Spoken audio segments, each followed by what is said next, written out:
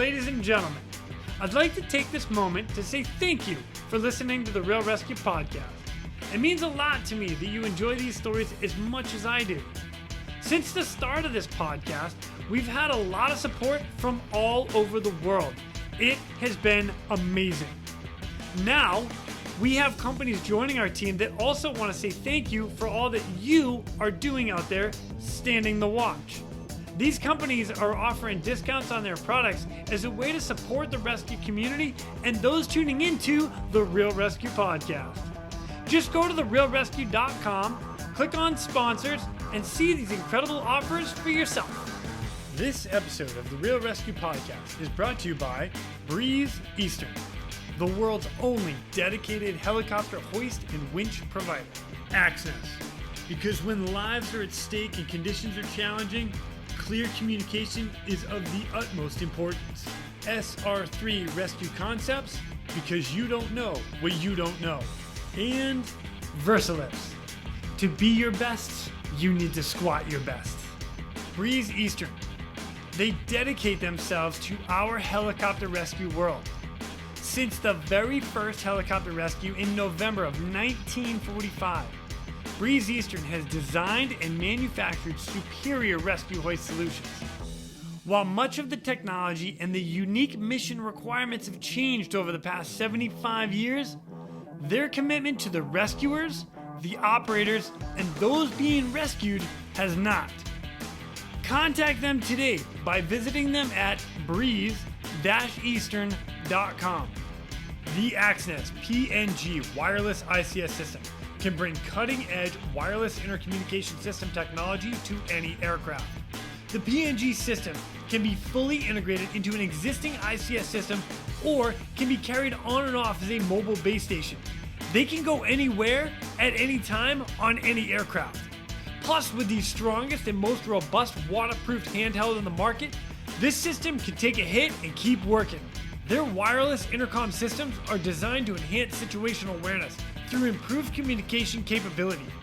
This system brings superior noise canceling technology to eliminate rotor wash and engine noise from your ICS. The Access PNG wireless system is currently deployed in more than 1,800 public safety, air ambulance, and search and rescue aircrafts worldwide.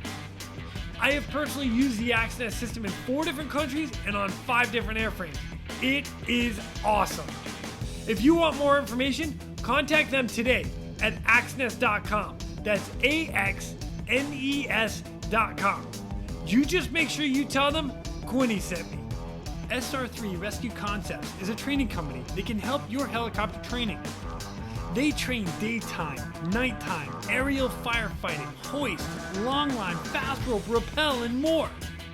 They can assist your program with standardization and safety checks or just an FAA annual refresher. With the certified flight instructor pilots and experienced crew, they are ready to help your agency keep up to date with current techniques, rules, regulations, and equipment. Plus, right now, SR3 is offering 10% off anything in their web store with the promo code, all capital letters, Real ResQ, REALRESQ. Plus, they are offering another 10% from their partners Petzl and their equipment. All you got to do is send an email to info@sr3rescueconcepts.com. Mention this podcast, the Real ResQ podcast, and they'll take care of the rest. And VersaLifts. When you're at the gym working on your squats, building your leg strength for the next rescue mission, depth matters. If you're like me, getting below parallel on your squats is tough. Well, allow me to introduce VersaLifts heel inserts. These gems have become one of my new favorite accessories in my gym bag. Simply place them into your regular training shoe, either on top or underneath the insole, and bam! You've got a heel lift benefit of a weightlifting shoe, but the comfort and flexibility of your regular trainers. So the next time your workout just has heavy squats, grab your V2 strength inserts. Or how about a run, pull up, push up, air squat, and another run? Grab your V2 endurance inserts. Or my own personal workout of running, clusters, and ring muscle ups. Grab your original V2 inserts and go crush it.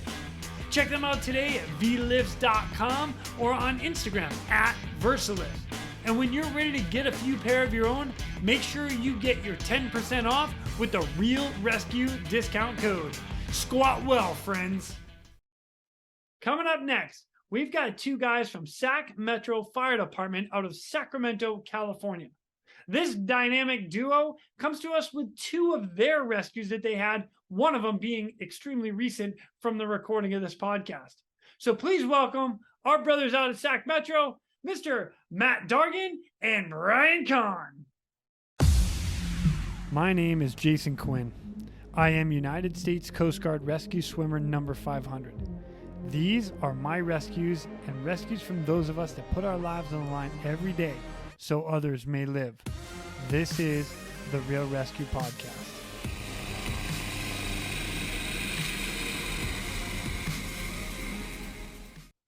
Ladies and gentlemen, welcome back to the Real ResQ Podcast. Today, I've got another set of guys, plural this time, from Sac Metro Fire. Now, the first time I had a guy from Sac Metro Fire, that was Mr. Ryan Ross, episode 23. So if you get a chance, go back and listen to that, hear what those guys, because I was there, like, not totally when it started up, but, like, revamping the program, and Ryan was one of the main guys out there. And oh my gosh, it was so fun to listen to him, but that's okay. You know what? He's not here right now. You guys are. I'm freaking stoked because we're going to talk about two cases and one that just happened recently. I saw it on Instagram. It was blowing up. Anyway, talking too much. We've got Mr. Brian Conn. I have the Conn. Sorry. It's just funny. Nope, not the first time I've heard it. Oh, it's great. Oh, anyway. And Mr. Matt Dargan, both of them firefighters for Sac Metro Fire. And the reason we're going to talk to these guys is they had a rescue. Actually, they were on the case of the rescues we're about to talk about as crews. So hoist operator and rescueman on the hook. Did I get that right? Is all that right? Yep. Sweet. Well, guys, welcome to the podcast, man. Stoked you guys are here. Thanks, man. Thanks for having us. Absolutely. Now, usually I go into like a background about all you guys and, how you got into it. But I'm going to kind of skip that today. And I know that's, you know what? Maybe I'm not. All right. Give me a short version. Matt, give me a short version. How the heck did you become a firefighter and into air ops? So I started out, I was in the Army for about 10 years, moved to California specifically to work for this agency. I was looking for a couple of things. I was still in the National Guard at the time. Wanted to move into aviation, so I looked around for a fire department that had a pretty good aviation program, as well as was close enough to something in the National Guard where I could go be a flight medic. Sacramento was pretty much the only opportunity, so moved here, joined Sac Metro, got into air ops as quick as I was eligible, and then in parallel at the same time, I spent a bunch of years flying for the California National Guard as a flight medic. Now here I am. Nice, very nice. All right, Brian, what happened? Like, how'd you get there? Oh, gosh. I got picked up with the agency in 2016. And one day Bryce had sent out an email that it was, training opportunity looking for people to play victim for some air ops training. So I signed up for a night flight and came out with these guys and got hoisted a few times, and then lo and behold, they flew some positions for their ops program, and I applied and interviewed, and I think just bugged them enough until they finally brought me on. Hey guys, can I come play? Hey guys, yeah. I had a really good time. Guys, I want to come. Like, come on, let me in. Yeah, I was the total groupie. That's awesome. Oh, I love it. Hey, you know what? Whatever you got to do to get on the helicopter. I'm just saying. That's my philosophy too, dude. I love it. All right. Well, we're going to talk about two rescues that you guys had, which is kind of cool because the first one, in particular, was Matt. If I remember correctly, it was your. Oh no, was it Matt? Was it your first one that you had ever done after you qualified? No, I was a rescuer. We had a fair amount of business during the summertime. I was a rescuer at the time, and then the mission we did on New Year's Eve was my very first mission as a flight officer, as a qualified flight officer. Nice. Okay. All right. Sorry, I got that a little bit off. Right. But I mean, that's cool. So now, and that was the first time you guys had gone out as a crew, like tandem, you two together. We had worked some shifts before, but that was our first actual legit rescue with each other. I like that. That's cool. Yeah. That's good. All right. Well, I'll tell you what. Tones drop. What's the call? Well, this was kind of a different event. I had worked a shift here, and we went out and did some training flights and whatnot. And I got home, pretty regular night for me. Just had some dinner and was hanging out. And funny, but my German short hair pointer makes his way on my bed every now and then. And he was kicking me in the middle of the night. So I woke up and I'm trying to push him around, and I'm like, you know what? I got to take a leak, and, I'll get him reconfigured. So I couldn't get back to sleep. And I'm always cruising Facebook Marketplace for, deals on all kinds of different things. And I belong to this Facebook group, and it's a gal who has a scanner, and she always posts kind of everything that's going on, locally where I live up in Auburn. So I log on, and I can't remember exactly what the post was, but it was along the lines of, one confirmed deceased, other major injuries, outside of Nevada City. And it said no night shifts available. Oh, so that struck me as odd. So I get into the comment section, and one fella said, my agency is assembling to hike in and, assess the injured person. So I messaged him, and I'm like, hey, is this like legitimate, or is this all kind of hearsay? And he says, yeah, like it's happening right now. So at this point, I want to say it's probably 12:30 at night. Oh my! So I'm like, am I going to be the guy who calls Bryce Mitchell, my boss, at almost 1 a.m. to tell him about this? Yes, you are. Yeah. So, yeah, I gave him a call and I said, hey, this is going to sound totally bizarre, but I read this on Facebook. It sounds like it's legit. Do you want to call the comm center and get some intel? He said, yeah, I'll give him a shout. And I think he called me back probably 5 minutes later and said, yeah, come pick me up. We're going to head to the station. And Matt and James Doyle came in. They had the aircraft pulled out, and we got all of our stuff set up. Flew in. It was, I don't know moonlight. It was just, extremely, extremely dark.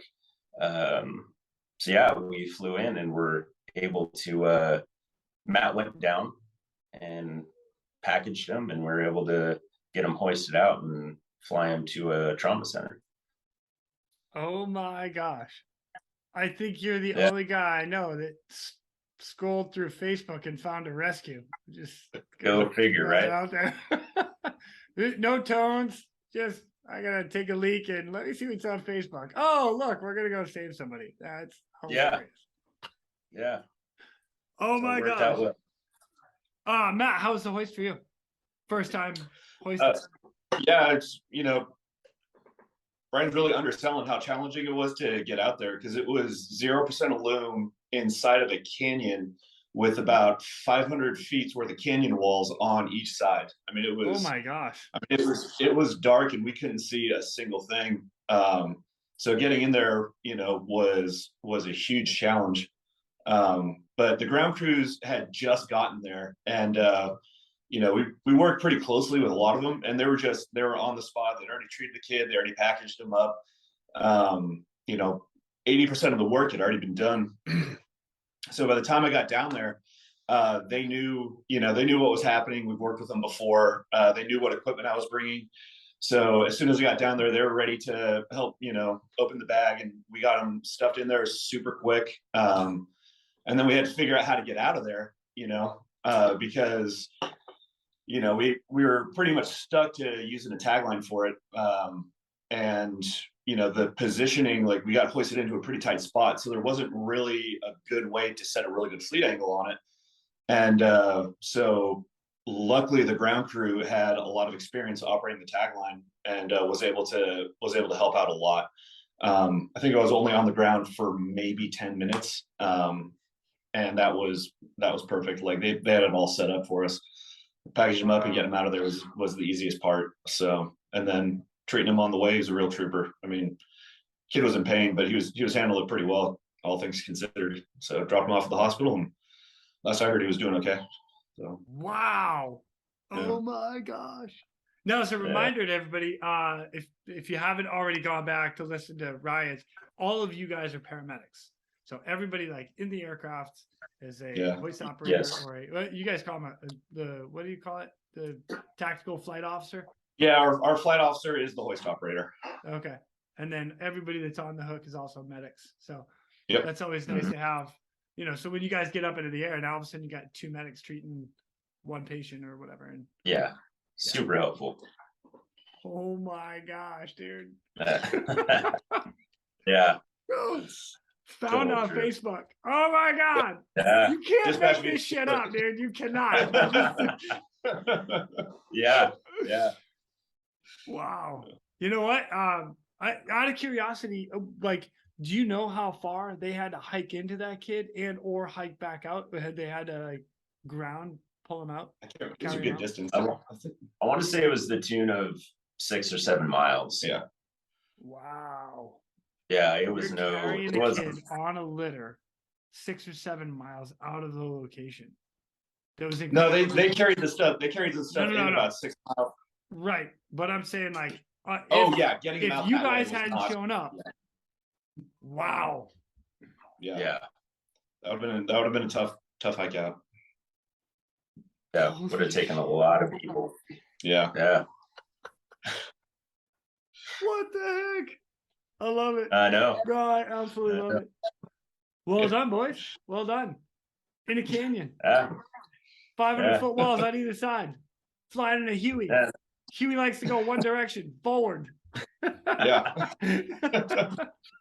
And from what I recall, I think that was a 200-foot hit. Yeah, it was a long one. Yeah, we pretty much stretched the cable dang near to its limits because of the trees too. So we need to work on your fine details. 200-foot hoist as well. Jeez, I think it ended up being 180 feet total, for the evolution, but yeah.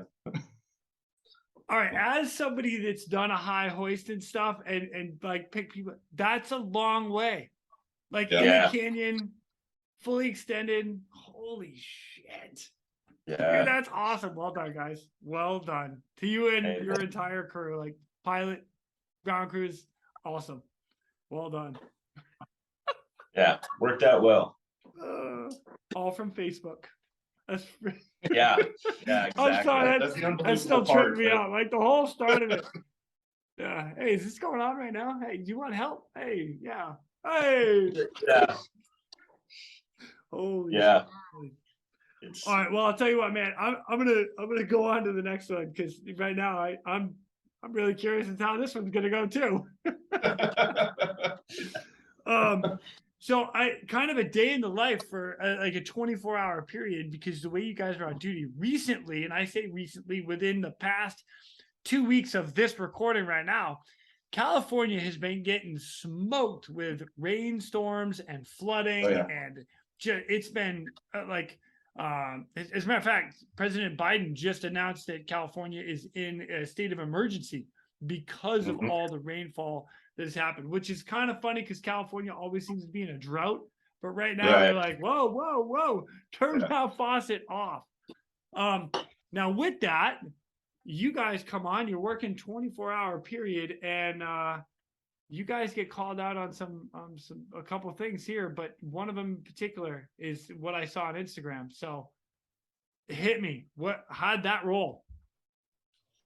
So the rescue that we actually effected was not the first mission of the night. I a lot of us were either like on shift, had already went home. The aircraft was only staffed to 2,000 hours that night. And then the levee, there's some workers doing a levee survey and ended up getting trapped by moving water. So there's a special call out for us to come in and work an extraction plan for those two. They ended up being able to get them out via other methods, but I think the decision was made because, you know, the storm was only getting worse, that we just staffed the helicopter for the rest of the night and hang out on standby. And you know, that night was New Year's Eve, so everybody was already out and about. And by the time everybody started coming home for the night, you know, a lot of the roads were flooded. People just wanted to get home, and you know, the amount of cars and people that were trapped was starting to overwhelm resources pretty good. So we spent a majority of the night just working with our neighboring agencies on standby. You know, whenever they thought somebody got swept away, you know, we'd either stand by or we, you know, launched on one mission, looking for somebody, you know, and then we were in the final 2 hours of our shift, looking at, you know, closing out and getting our notes ready for Passover. They get a reliable report of 2 individuals who were swept away out of their vehicle in the, you know, south area. Like out of there. So they, real quick, like the way I'm picturing this right now is they drive in to what they think they can drive through. Car gets stuck. Right. They go to get out to go back to where they came because the car is now dead, and then the river or the swift water pulled them away. Wow. Yep. Okay. That's what it sounded like happened in that. Unfortunately, that story was pretty much the story that happened several times that night in a lot of different locations. That was happening all night long. Wow. And it was creating a huge challenge. The thing that made this one different, though, was they had already made contact with the victims who had gotten swept away. They were talking to them over the cell phone, but they didn't have eyes on them. So with that being a reliable report, we had just launched and were headed straight towards that area.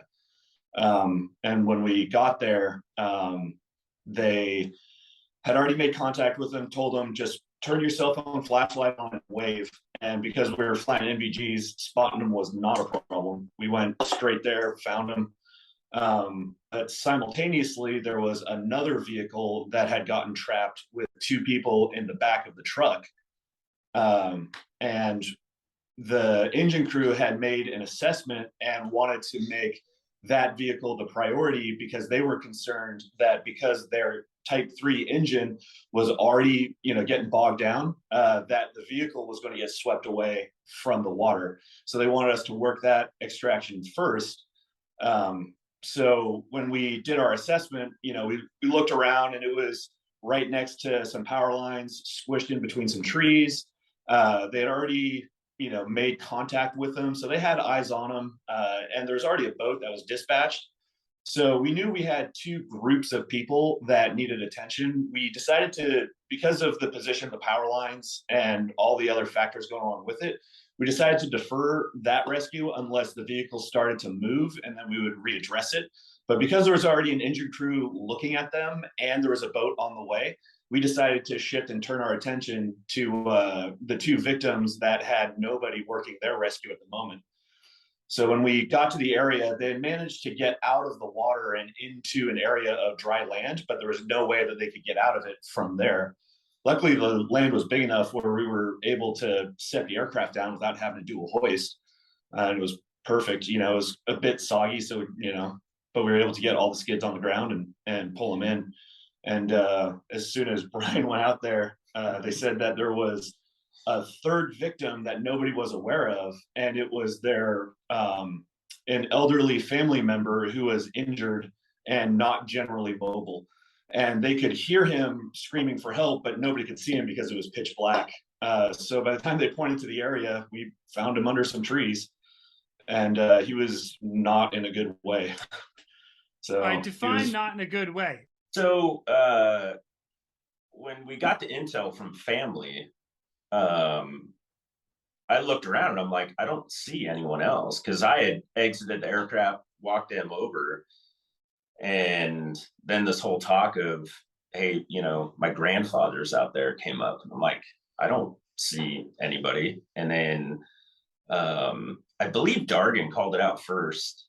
He's like, yeah, he's under that tree, hanging onto the tree. So I put a flashlight on him and I'm like, okay. And he was just, geckoed onto this tree. And you could tell, like, he was very pale, elderly, and just with the dynamic water, it was cold. Just there were a lot of things that were kind of not in his favor. So, it was kind of one of those things where, time was, of the essence to make a plan to affect the rescue. And this is all while you guys are on deck loading the other victims in? Yeah, we're landed right now. Yeah. Like trying to you're figure looking out at a dude, an elderly guy, stuck in the trees, getting hammered by swift water or flooding water. It was moving fast. Yeah. Okay, I'm in. Yeah. So we discussed some options as far as, kind of doing a live bait swim over to him. I walked over to the edge and kind of decided against that. My biggest issue was, if I don't get him the first time, what's that look like? Now we're kind of burning up the clock a little bit. But it was a big oak tree and it had a very large canopy. So from the end of the canopy to make your way into the trunk, I would guess, I don't know, 6-8 feet. Yeah, sounds about right. Wow. It was a large tree. So Matt and I had a quick conversation and, we decided we'll lift up. He'll put me down into the water. I'll stay on the hook, swim over, and, grab him, get me out.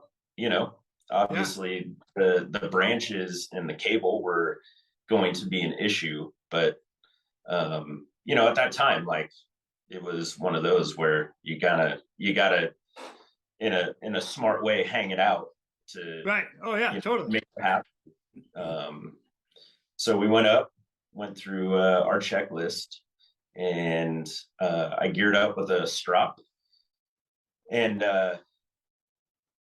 typically the way I've trained with it, I'd leave it all connected so I could just go over the head and cinch, and capture the person. Because of kind of the way he was on the tree, I left one end out because I didn't want to risk having him take one hand off and then we lose him. So I wanted to go around his torso, make my connection and all that good stuff. So he lowers me into the water, and I make it into the water, and I feel, I touch ground with my feet prior to my chest. Oh, nice. So Okay. I'm like, cool. Yeah. I'm like, this is great. I can just, walk over there and grab them and walk out. Like, this is kind of best case scenario given the challenges that we were going to have with this hoist. So I get about, I don't know, 5 or 6 feet away from the victim, and the ground is gone. So now I'm swimming.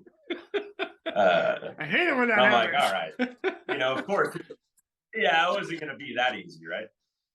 So I swim over to him and I grab on to this little, branch that was growing out, and he looks over at me and grabs my night vision goggles and just pulls my helmet down. Oh no. And he's got like so he's got like the 1,000-yard stare going on, and I'm like, okay, like, I see how this is gonna go. So I'm trying to get his hand off my goggles, put it back on the tree, hold on to this branch, and I start to try to get the strap around him. He grabs onto my goggles again, kind of starts to pull us both off. I kind of get him, you know, back onto the tree. So we did this for a while. Where it kind of became the most difficult is we have like P cord that's secured to the goggles and a carabiner that clips into the back of our helmet. So in case they come off, like we don't totally lose them. Well, he finally got a hold of that 550 cord and just had a death grip on it. And I'm like trying to hold on to the branch and peel his fingers off from the 550 cord. And all the while, like treading water. So I'm starting to, you know, tire out a little bit. And he's altered. So it's not like he's taking any instruction that I'm trying to give him. All the while, somewhere in this, I bumped my Axnis to push to talk. So we weren't on Vox anymore. So I wasn't able to talk to Matt about anything that was going on. So oh man. I think he finally, yeah, so finally I think he just kind of got tired out. And I remember him just kind of like letting go and going back. So I, you know, got the strap around him, weaved it through, and was just trying to keep him up out of the water, you know. And then I was trying to do this whole one-handed thing to clip into my system and hold on to this branch. And I can hear Matt talking. So as all this is going on, like literally, I would say within probably a 30-second period, I hear him go, okay, looks like Brian's made his connection. You know, he starts conning the aircraft where he needs it. And lo and behold, the victim grabs the P cord again and just wrenches my neck over. So I feel Matt start taking cable in. So I'm like, okay, I can let go of this little branch that's been, you know, my savior through this whole time, you know. I forgot to add you, too, little I finally branch, on my so much. Yeah, exactly. I forgot to mention, I finally opted to just pull my inflation system on my harness, so that way I had some buoyancy to work. So I wasn't totally tiring myself out.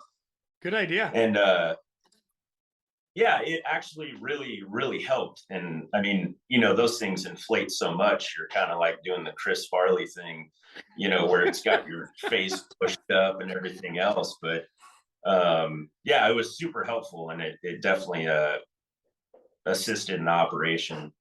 So yeah, as he was saying, hey, it looks like he's made his connection, I feel him start to pull cable in, and victim's got my head wrenched down, and I'm trying to hold tension on the strap. So like hand signals aren't a thing at this point.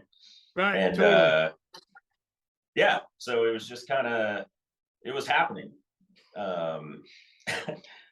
So they get me out from that canopy, and you know, the cable made its way out without issue, which was awesome. And yeah, he hoisted in, and we just ended up I don't know how much he took me out of the water. That's probably like 10 feet. Yeah, not very much. Yeah, just enough to get you to short haul without dragging you. Yeah, so they started, you know, up helicopter, and I'm like, all right, you know I'm starting to come out of the water, and I feel my system load, and I'm like, God, please, like, let this guy stay in the strop. You know, we've gotten this far. And sure enough, brings me up, and you know, he's in the strop, secure. And they short hauled me over to that piece of land where we had gotten his granddaughter and wife. Sat me down there. I came off hook. They made a lap, and you know, I got disconnected, and they landed, and I had a second rescuer come out to help me drag him to the aircraft, because at that point he was alive, but he was, you know, flaccid, just dead weight. And he was a big, yeah, and he was a bigger fella, and I was pretty spent. So we got him in and were able to go land on a road with a ambulance that was standing by to receive him. Holy shit. It was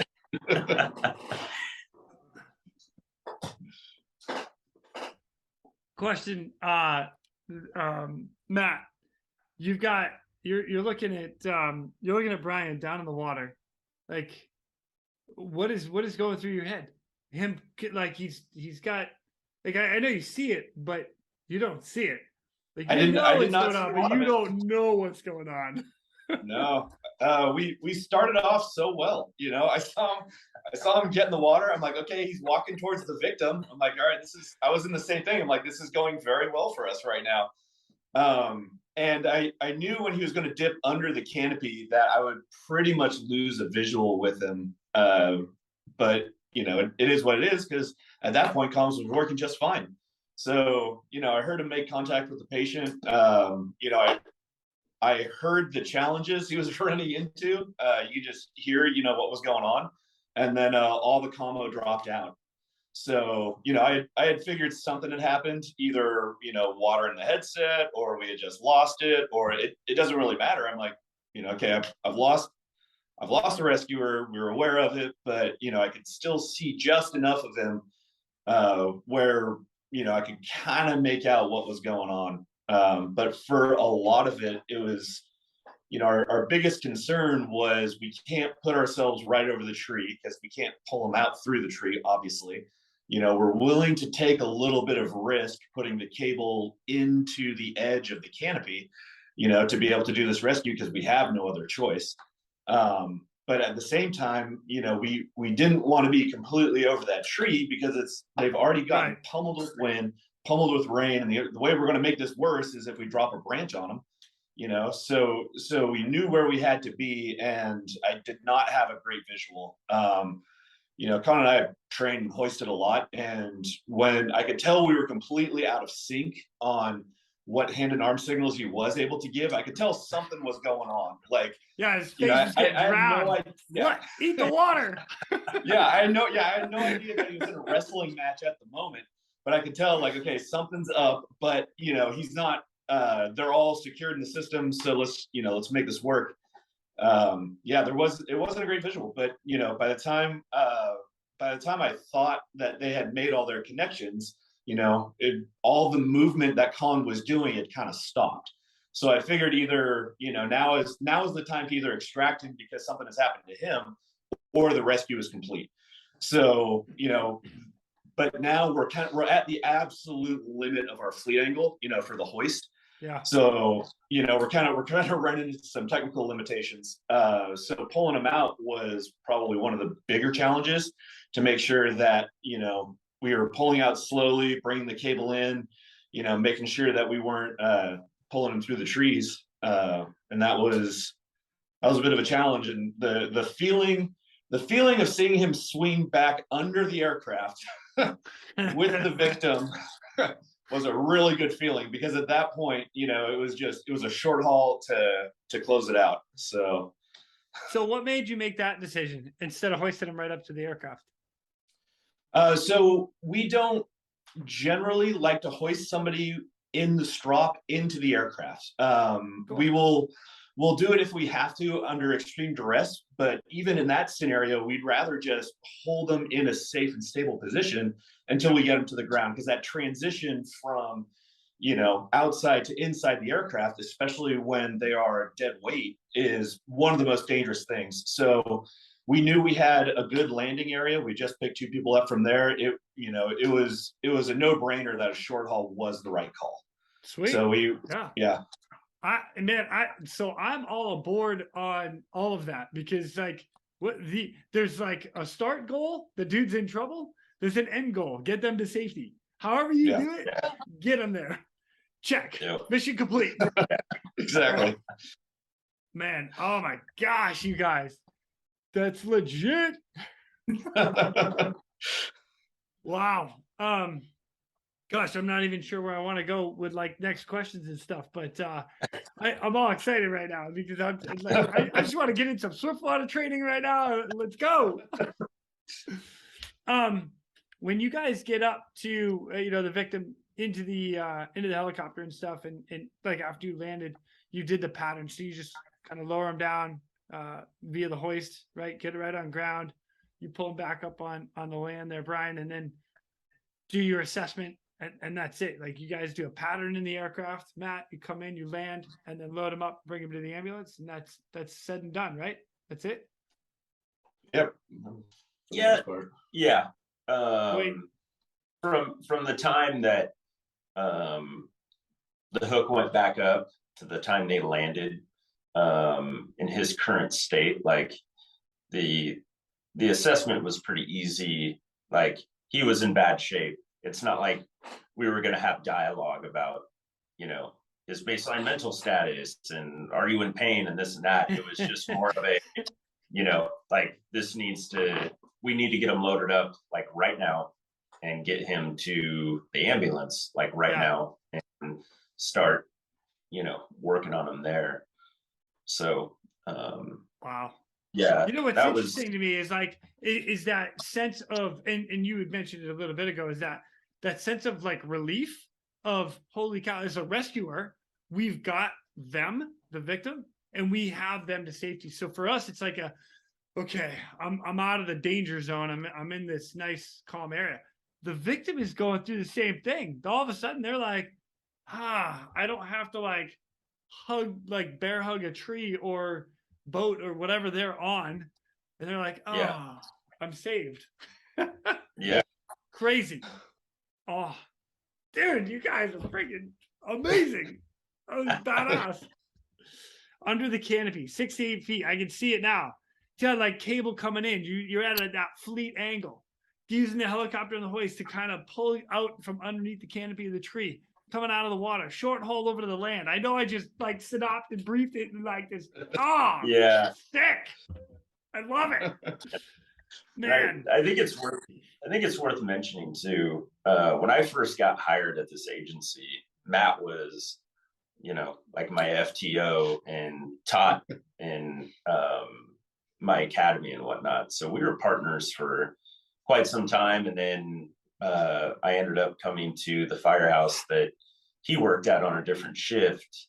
So we've, ran calls together and definitely learned, how each other operate. And I really feel like that played a huge part in the whole operation. Like having the friendship and the bond that we do, crossing over to the air op stuff, was really helpful. It kind of gives you a sense of relief in a way. You're like, okay, we've done this dance before, just in a different capacity. So that was huge, Yes. When we were on the ground and kicking around the ideas on how are we going to do this, a land-based rescue seemed like the best option if we could pull it off. But there became a point when we knew we couldn't. And now we were going to do a hoist that on paper, you would never agree to. But, obviously it's different when you're looking the guy in the face and you're like, okay, cool. I'm going to look the cable, go into the trees. We're gonna mitigate this as quick as we can. But the part where that training relationship and working together came in was, we had to take a second, pause, and get the entire air crew on board with, guys, this is the plan. Like, does anybody have any other suggestions? Otherwise, we got to go with this one. Where's everybody at with their comfort level? And being able to have that dialogue to manage that risk assessment was, we took our normal training and condensed it and made it go so quickly that we never rushed ourselves, but we added enough tempo to it where we knew what we had to do and we had to do it quickly. So it paid off. Like all that training paid off for this exact situation. So hell yeah, dude. What? Mic drop. I'm out. All right, so I want to talk about two things real quick. And the first one is you guys are using the Axnet system. And for those that don't use some sort of wireless communication from the guy on the ground, the rescue man on the hook or on the ground to the air, oh my gosh, start looking into it. So I totally get it too. So on the Axnet system specifically, if you push that front push to talk button twice off the top of my head, it will kick you from hot mic to push to talk, and then you have to actually push that button. So now if your hands are totally full and you don't have access, you can't. The only way to do it is like lean into it and hope you hit that button at the same time. Now at the same time, Brian, the fact you can hear everything that's going on in the aircraft, and as soon as Matt says, hey, I'm gonna pick him up, I think he's ready to go, you're now bracing for that. Okay, whether you're ready or not, you turn into a physical grip if you need to get to that point. Yep.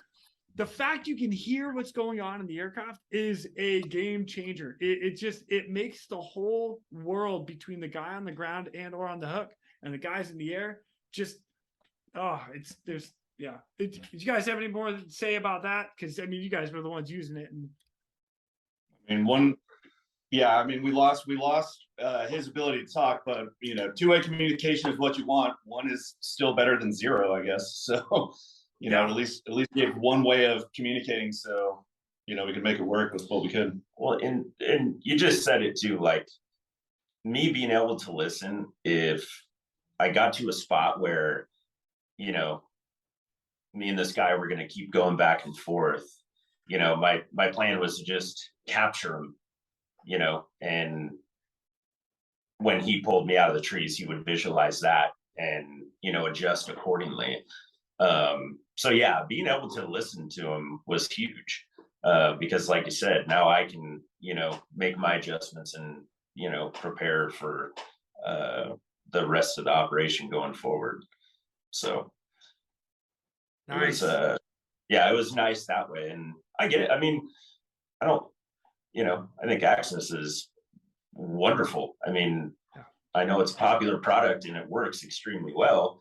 It was just happened to be that one scenario where I just bumped it just right. You know what I mean? And Murphy's Law. Stupid. Yeah, exactly. Gosh. Messing our game up, messing our mojo up every freaking time. We think we're coming in to do something cool. It's going to work out great. Nope. But it was very, very nice to be able to listen to what he was saying, so I could, base my actions around that. Yeah, love it. Next kind of question is going to be for you guys as far as a debrief item and or like stuff that you learned from that you would do again next time, or let other people know out there and be like, hey, if this scenario happens or similar to you, what would you guys pass on to everybody? Actually, let me start with Matt, because you were in the air. Let me start with the air. What would you do different, or leave the same?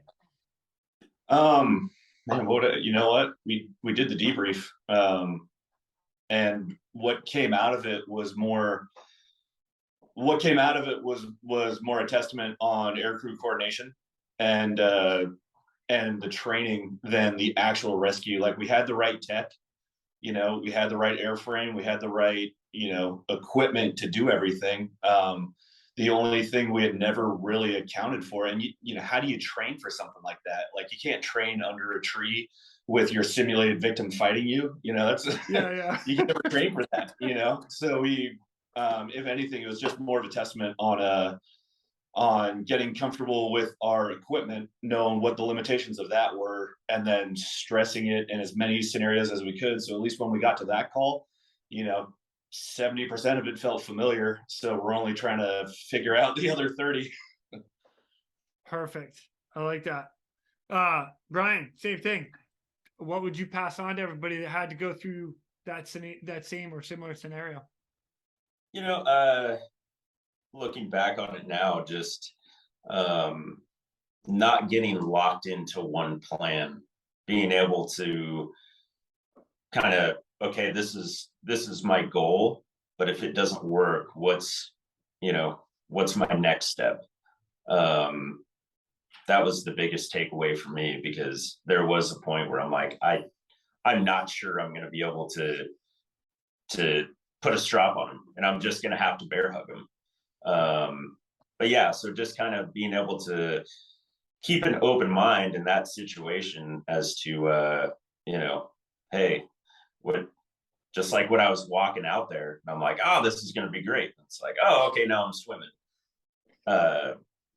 Just kind of being able to roll with it, but still think quickly and act in a manner that's going to, you know, give you success on making that pick. Love it. Love it. I really like the idea about you inflating your vest too. You know, it's there for a reason, not just Yes. Yeah. like we can use it in many aspects in many different ways. So, gentlemen, holy shit! I am so glad you guys came on to tell these stories. Well done to you guys, your whole crew, and success. I'm freaking stoked right now. There is video on Instagram. You guys go to Sac Metro Air Ops off the top of my head, and yeah, you guys gotta go check it out there. I'll see if you guys could send it to me. That'd be even better. Hey, You got it. Yeah, for sure. But I'll tell you what, man. I don't have anything else. Like I said, I thank you so much for coming on and just sharing these stories. If you guys Thanks for want to having look us. up with anything else, you're more than welcome to. But other than that, I can let you guys go. I know you're on duty, so It's great chatting with you, man. Yeah, All thank right. you, Jason. I will see you guys in hopefully March if everything goes out, and we'll hang out and grab a beer for sure. All right. Sounds good. Right on. Sweet. Hey, thanks, guys. All right. And with that, ladies and gentlemen, we are out of here. Go. Thank you for tuning in. We hope you enjoyed this episode of the Real Rescue Podcast. Please take a minute to like, subscribe, and hit that share button. I'm pulling chocks and taking off. But before I go, if anyone out there has a rescue story they would be willing to share, I would be humbled and honored to have you on as a guest. Or if you have any questions about rescue or anything else we talk about here, send an email to jason@therealresq.com. That's Jason at TheRealResq.com.